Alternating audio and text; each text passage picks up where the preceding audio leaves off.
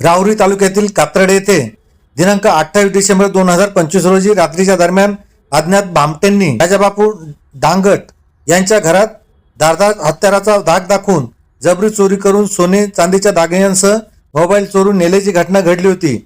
या घटनेतील 2 आरोपींना अहिल्यानगर येथील स्थानिक गुन्हे अन्वेषण विभाग पथकाने सापळा लावून पकडले। राजाबापू नाथू डांगट वय 85 वर्ष, राहणार डांगट वस्ती, कात्रड, तालुका राहुरी हे दिनांक 28 डिसेंबर 2025 रोजी रात्रीच्या सुमारास त्यांच्या घरात कुटुंबासह झोपले होते। तेव्हा 4 अज्ञात आरोपींनी कशाची तरी साहाय्याने दरवाजा उघडून आत प्रवेश केला आणि धारदार हत्याराचा धाक दाखवून बळजबरीने सोने चांदीचे दागिने, रोख रक्कम व मोबाईल घेऊन मारहाण केली होती।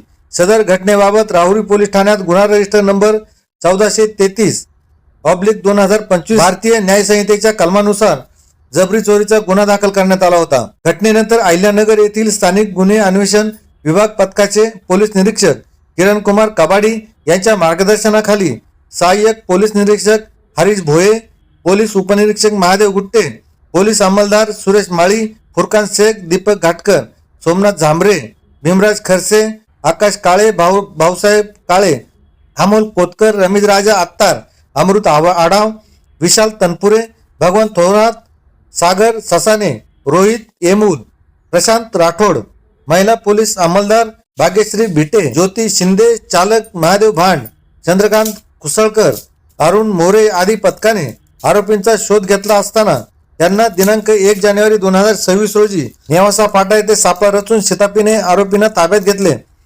रघुवीर वीरप्पन भोसले वय 18 वर्ष व दिनेश वीरप्पन भोसले वय 23 वर्ष, राहणार घासगाव, तालुका गंगापूर, जिल्हा छत्रपती संभाजीनगर असे पकडलेल्या आरोपींची नावे आहेत।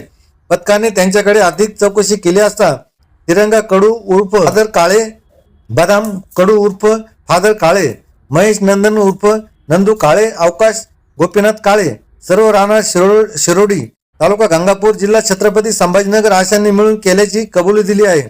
सदर आरोपी हे सराईत गुन्हेगार असून त्यांच्यावर अनेक गुन्हे दाखल आहेत।